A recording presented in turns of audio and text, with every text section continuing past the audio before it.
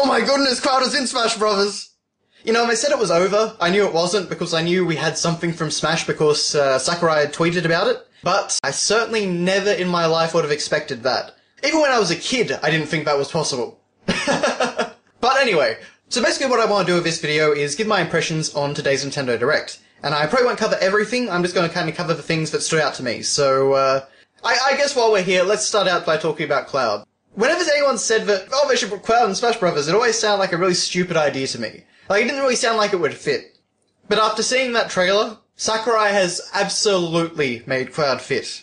That is the best Final Fantasy fan service I have seen in so long. And just every single part of that trailer treated Final Fantasy VII references and Cloud with respect. Like, he's got all his classic moves from Final Fantasy VII, you know, he's got his limit breaks and stuff like that.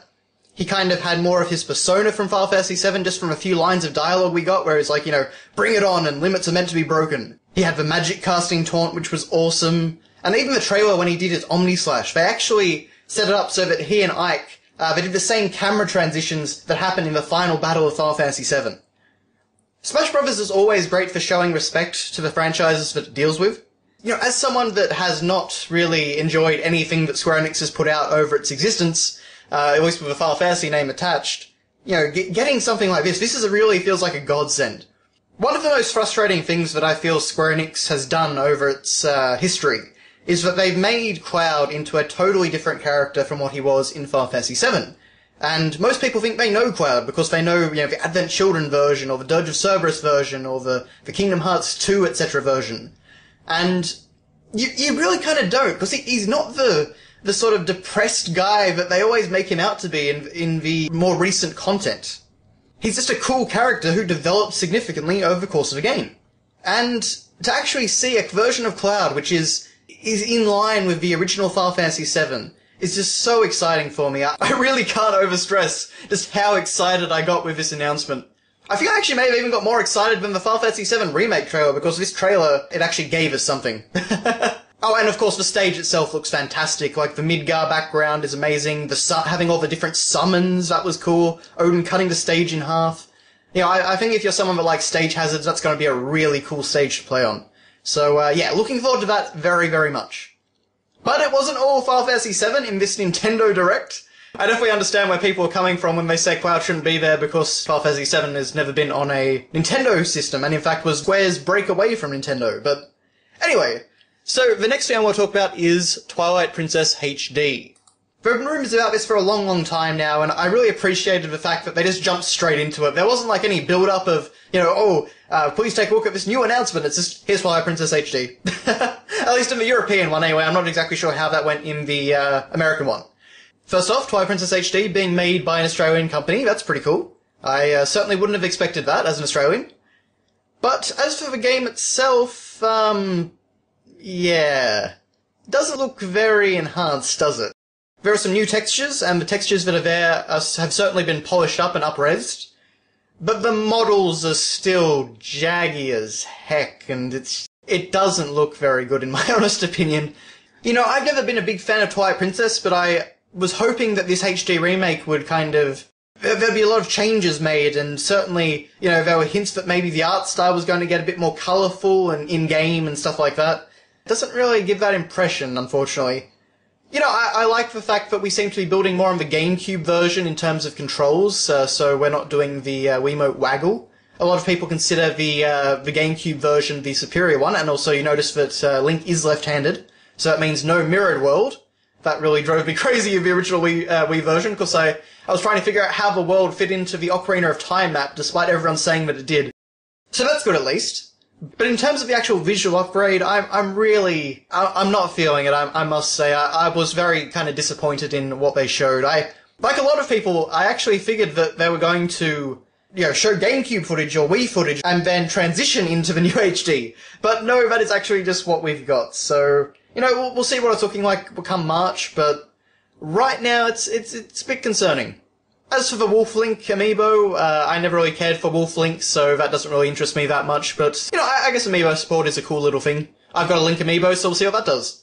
And I do really like the fact that they did actually show a tiny bit from Zelda Wii U. It's basically just the same stuff we've seen already, but it was nice to kind of, see it again and have confirmation that it actually hasn't changed as drastically as I thought it might have. I figured that if we were having this big delay, maybe it was going to change really drastically, but, it looks very similar to what we saw before. So it'll be interesting to see kind of what they have changed when they show it off in more detail next year. Another very cool thing on the Zelda front was that they have an update coming to Triforce Heroes, and that's a free update. And I don't play the game because I've got no one to play it with, and my internet is rather picky with Nintendo systems, unfortunately. But nonetheless, having a Linebeck costume is really cool, and not to mention having a Fierce Deity costume. I love the fact that Nintendo kind of has caught on to the fact that Fierce Deity is really popular, and I just love seeing, seeing anything to do with that particular transformation. As of course you may guess from my name and channel banner. Aside from that, Splatoon is getting new updates. Again, not actually a game that I play, but I am very happy to see that Nintendo are still supporting it. We got to see a bit more of Pokken Tournament, and actually get a sort of release window, as I recall. I think the game looks really, really fun. I'm excited to see a kind of, a more action-oriented take on Pokemon. That's something that I always thought would have been really cool. And, the fighting game, it doesn't really seem to be like a standard fighting game. It seems like a fighting game that maybe people like me can actually play. I'm not very good with the Street Fighter-style button combinations, and it looks like they've kind of devised a control scheme which is, a little bit simpler for people like me. So I'm very excited to try that out. They certainly love creating new forms for Mewtwo now, don't they? Because not only do we have Shadow Mewtwo in this game, we have Shadow Mega Mewtwo X. Oh yes.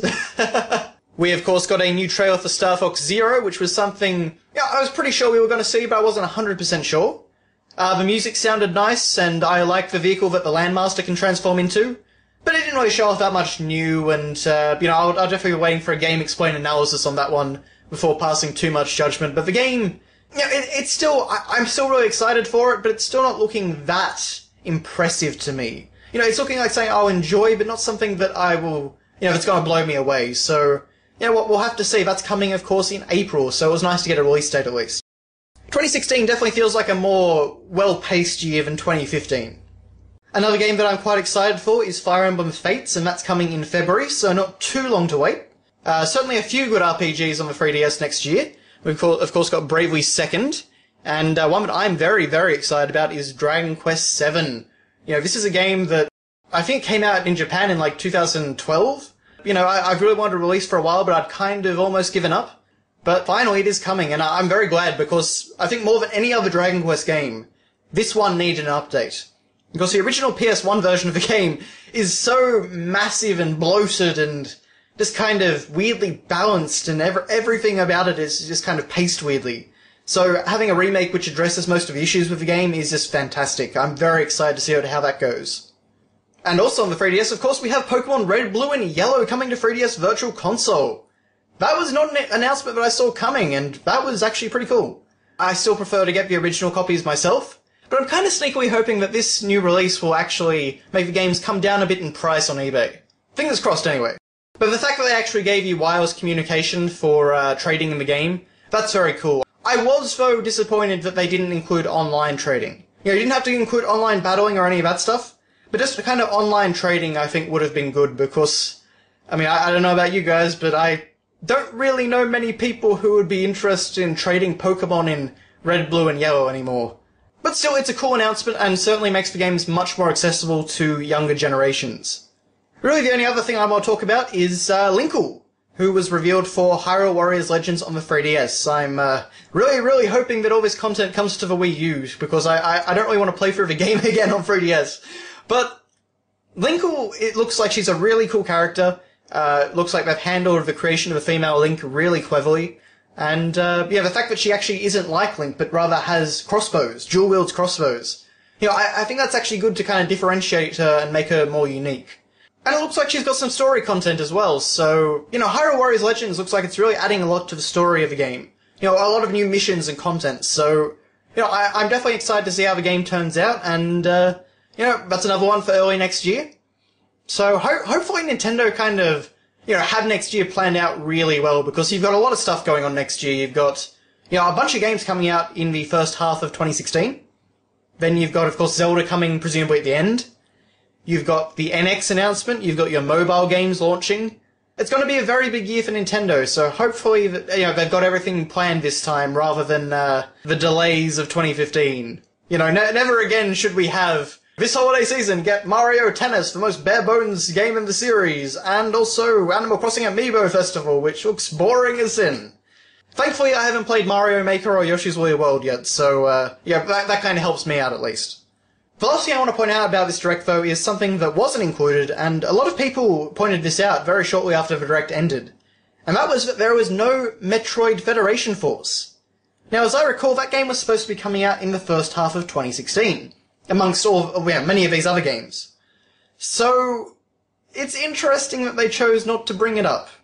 I'm kind of wondering if maybe, all the commotion that we made might actually lead to the game being retooled in some pretty significant ways. That could just be wishful thinking, but while I think people, myself included, got a little bit too riled up about that game, if all the commotion actually leads to a better game, then I think that will actually be good. That would be something good to come out of it. So, the main thing to me is that Nintendo actually heard everyone during that time, because they can tend to be a bit tone deaf. And not in a good way sometimes in a very, very obstinate, stubborn way. So here's hoping the next time we see it, it's something that's, a little bit less polarizing, to say the least. But that's my thoughts on the Nintendo Direct. It was an okay Direct, but Cloud really made it something exceptional for me. That got me really excited. That and Dragon Quest VII's announcement. But that's all from me, so thank you very much for watching, guys, and I'll see you next time.